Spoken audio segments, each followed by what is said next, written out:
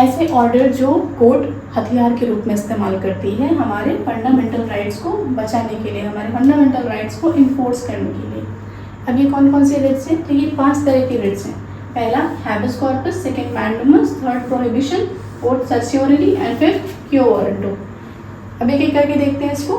देखो, हैबेस कॉर्पस का मतलब होता है to have the body of, ठीक है, इसको हिंदी में बोलते हैं बंदी प्रत्यक्षीकरण। बंदी कौन होता है? जिसको हम डिटेन करके लाते हैं, जिसको हम जेल में डाल देते हैं, ठीक है। प्रत्यक्षीकरण मतलब प्रत्यक्ष रूप से प्रस्तुत किया जाए उसे, ठीक है। देखो इसमें होगा क्या, एक मूवी आई थी जय भीम, है ना, अगर आपने देखा होगा तो उसकी स्टोरी ऐसी थी कि उसमें एक इरुलर जनजाति के कपल रहते थे जिनका नाम था कुछ सेंगरी एंड आई थिंक राजकन्नू, ठीक है।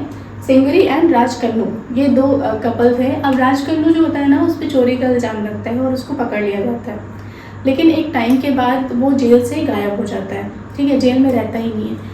तो जो उनकी वाइफ थी सेंगरी, वो क्या करती हैं, वो एक एडवोकेट के पास जाती हैं हेल्प के लिए, और वो प्रेग्नेंट भी होती हैं उस टाइम पे। तो वो हेल्प के लिए जाती है और उनसे बोलती हैं कि मुझे हेल्प चाहिए, मेरे हस्बैंड नहीं मिल रहे, वो जेल से गायब हो गए, तो कहाँ हैं, मुझे हेल्प की ज़रूरत है और मैं बहुत परेशान हूँ। तो जो एडवोकेट होते हैं हाई कोर्ट के उस टाइम पे, वो होते हैं के चंद्रू, तो वो उनकी हेल्प करने के लिए कोर्ट में पिटीशन फाइल करते हैं हैबेस कॉर्पस की। कहने का मतलब है ये ऐसी पिटीशन है, ये इसलिए फाइल की जाती है कि इसमें सुप्रीम कोर्ट या कोर्ट जो है वो ऑर्डर देता है कि आप जिसको डिटेन किए हैं उसको आप सामने हमारे पेश करिए, ताकि हम ये देख सकें कि आपने जो डिटेन किया है, जिसको आप बंदी बनाकर लाए हैं, क्या वो लॉफुल है, क्या वो लॉ के अकॉर्डिंग किया गया है। ऐसा तो नहीं है कि आपने अपने मनमानी तरीके अपनाए हों और उनको बंद कर दिया हो, ठीक है।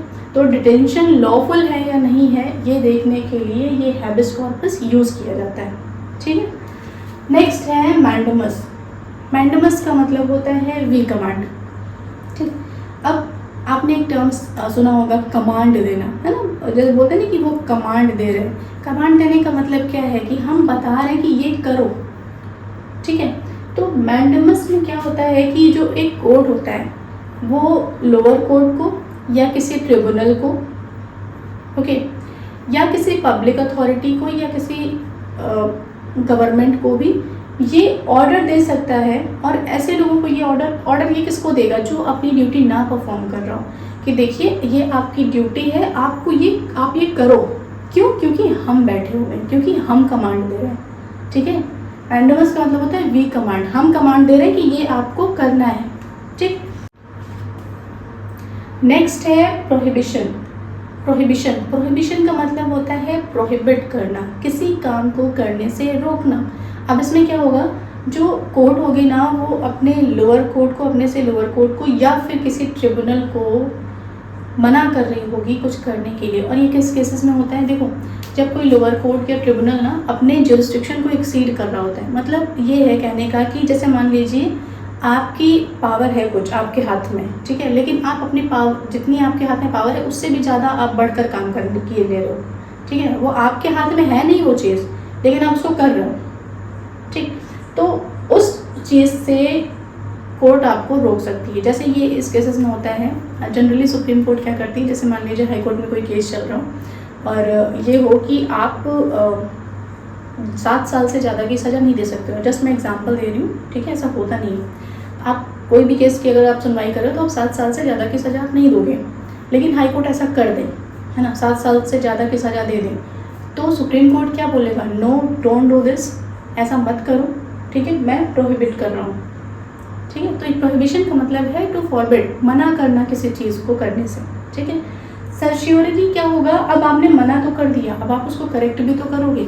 अगर हाई कोर्ट ने ऐसा कर दिया तो सर्श्योरिटी में क्या करेगा सुप्रीम कोर्ट? सुप्रीम कोर्ट उस केस को या तो अपने पास ले लेगा या फिर जो आपने सज़ा दे दी उसको ख़त्म कर देगा, है ना, कि ये मान्य नहीं है, ये नहीं मानी जाएगी। क्यों? क्योंकि ये आपके ज्यूरिस्डिक्शन में था ही नहीं, ये आपके क्षेत्राधिकार में नहीं था, ये पावर आपके अधिकार में आती ही नहीं है और आपने ऐसा किया, इसलिए इस चीज़ को कैंसिल किया जाता है, ठीक है। तो सर्श्योरिटी में क्या हो रहा है? करेक्ट किया जा रहा है चीज़ों को, प्रोहिबिशन का मतलब है डोंट डू दिस, ऐसा नहीं करो। सर्श्योरिटी का मतलब है कि अगर आपने ऐसा कर दिया तो हम बैठे आपकी गलती सुधारने के लिए हम वो चीज़ करेक्ट कर देंगे, ठीक है। नेक्स्ट आता है क्यो वॉरंटो। क्यो वॉरंटो का मतलब होता है किस अथॉरिटी से। यहाँ पे कोर्ट क्या कर सकता है, किसी भी पब्लिक ऑफिशियल को ये क्वेश्चन कर सकता है कि अगर आप यहाँ पर आए हो तो आप किस अथॉरिटी से हो, आपको किसने ये अथॉरिटी दी इस पोस्ट पर आने के लिए, या जो आप काम कर रहे हो कि आप किस तरीके से आप ये काम कर रहे हो, किस अथॉरिटी से, ठीक है। अब जैसे इसका एग्जांपल मान लीजिए कि प्रेसिडेंट किसी पर्सन को अपॉइंट कर रहे हैं एक जज के रूप में, ठीक है। एक केस आया था, उसमें क्या हुआ था, जैसे जजेस को अपॉइंट करने का ना तरीका होता है, ठीक है, एक प्रोसेस होता है, बट प्रेसिडेंट ने क्या किया, उस तरीके को फॉलो नहीं किया और उन्होंने दूसरे तरीके का इस्तेमाल करके उन जज को अपॉइंट कर दिया। तो अब किसी पर्सन ने पिटिशन डाल दिया कोर्ट में क्यो वॉरंटो की। इसका मतलब है कि आप ये जो पर्सन है यहाँ पे इस अथॉरिटी पे आए हैं, उनका प्रोसेस सही नहीं है, तो कोर्ट ने उनसे क्वेश्चन किया by which authority you are here, है ना, किस तरह से आपको ये अथॉरिटी किसने दी, आप किस तरह से, क्योंकि वो प्रोसेस तो करेक्ट ही नहीं था जिस प्रोसेस के थ्रू जज बने थे, है ना। तो क्यो वारंटो का मतलब होता है किस अथॉरिटी से आप इस पोस्ट पर हो, को ये अथॉरिटी किसने दी कि आप इस पोस्ट पे काम कर रहे हो, ठीक है। आई थिंक आपको ये सब समझ में आ गई होंगी। हैबिस कॉर्पस का मतलब होता है to have the body of, बनती प्रत्यक्षीकरण। मैंडेमस का मतलब है हम कमांड कर रहे हैं, आपको ये करना है। प्रोहिबिशन का मतलब है डोंट डू दिस, ये नहीं करना है। सर्श्योरिटी मतलब हम करेक्ट करेंगे चीज़ों को। क्यो वारंटो का मतलब होता है बाय विच अथॉरिटी, ठीक है।